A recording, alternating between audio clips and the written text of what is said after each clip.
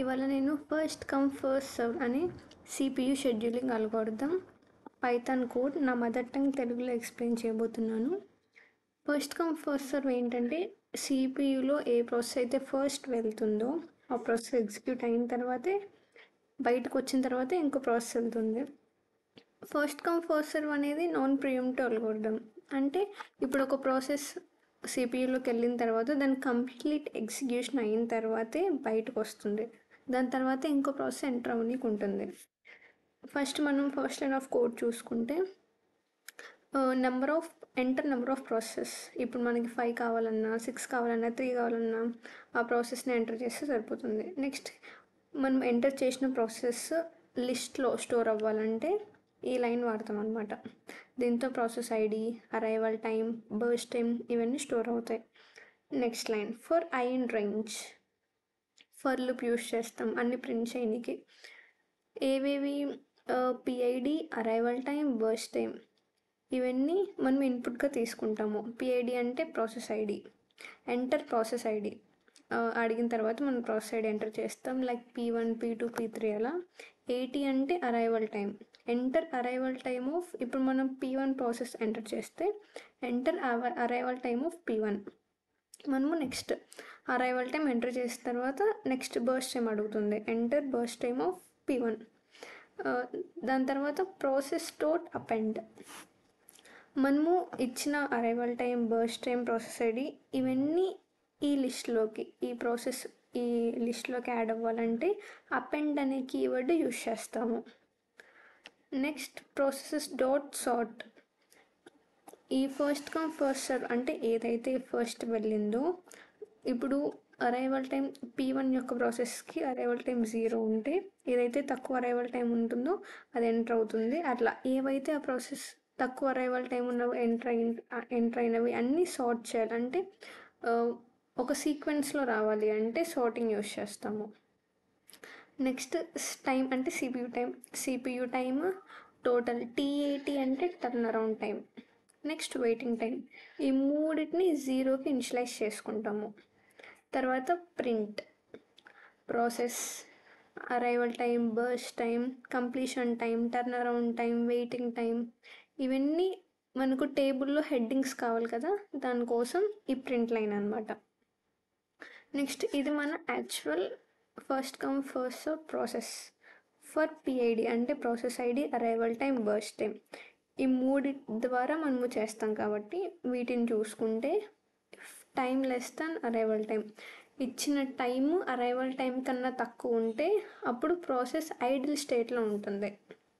అప్పుడు CPU time arrival టైంకి equal అవుతుంది. Next completion time. మనం ఏమేమి క్యాలిక్యులేట్ చేస్తాము? Completion time, turnaround time, waiting time, తర్వాత total turn around time, average time అవి మొత్తం ఇవి క్యాలిక్యులేట్ చేస్తాము. కంప్లీషన్ టైం ఎలా వస్తుంది? టైం అంటే ఈ సిపియు టైం, దీన్ని మనం టర్న్ అరౌండ్ టైం కూడా అనొచ్చు. ఈ CPU time plus bus time, మనకు బస్ టైం ఇన్పుట్గా ఇస్తాం కదా, ఆ బస్ టైం ప్లస్ మనకు వచ్చిన సిపియు టైం ఈ రెండింటిని యాడ్ చేస్తే మనకు కంప్లీషన్ టైం వస్తుంది. Next turn around time. Turn around time ఎలా క్యాలిక్యులేట్ చేస్తాము? Completion time minus arrival time ఈ రెండింటిని సబ్ట్రాక్ట్ చేస్తే టర్న్ అరౌండ్ టైం వస్తుంది. Next waiting time. Waiting time ఎలా చేస్తాము? Turn around time minus burst time. Turn around time మనకు ఇక్కడే ఉంటుంది. ఈ టర్న్ అరౌండ్ టైం మైనస్ మనము ఇన్పుట్గా ఇచ్చిన బర్స్ట్ టైంని సబ్ట్రాక్ట్ చేస్తే వెయిటింగ్ టైం వచ్చేస్తుంది. తర్వాత కరెంట్ టైంని నెక్స్ట్ అవైలబుల్ టైంకి ఈక్వల్ చేసుకోనికి ఈ స్టెప్ వాడతాము. తర్వాత మనము average turn around time, average waiting time calculate చేయాలంటే ఫస్ట్ మనము మొత్తం టర్న్ అరౌండ్ టైమ్స్ అన్నిటినీ ప్లస్ చేసి ఎన్ని ప్రాసెస్ ఉన్నాయో దాన్ని డివైడ్ చేయాలి.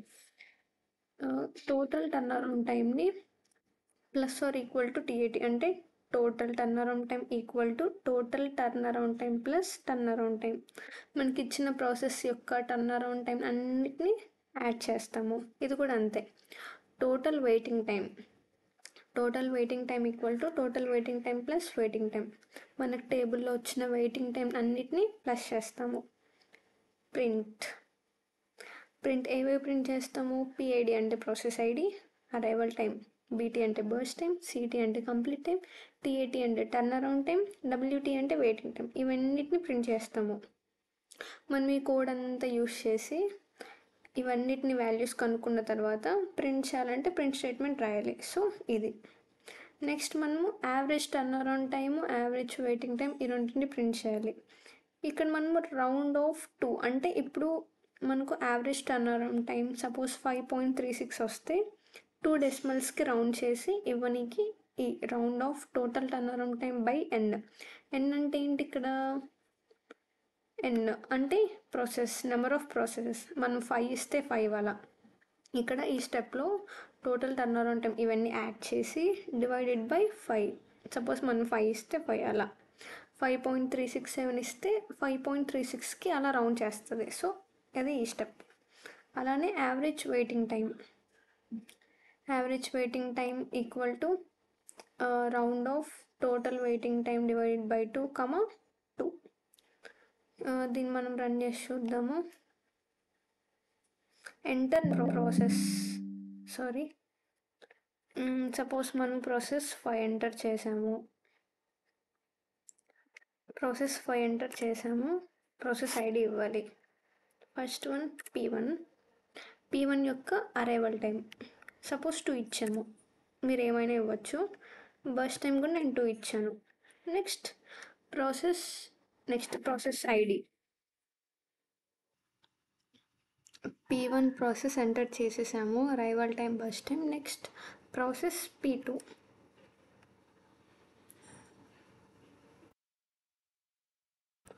P2 arrival time 0, burst time 1.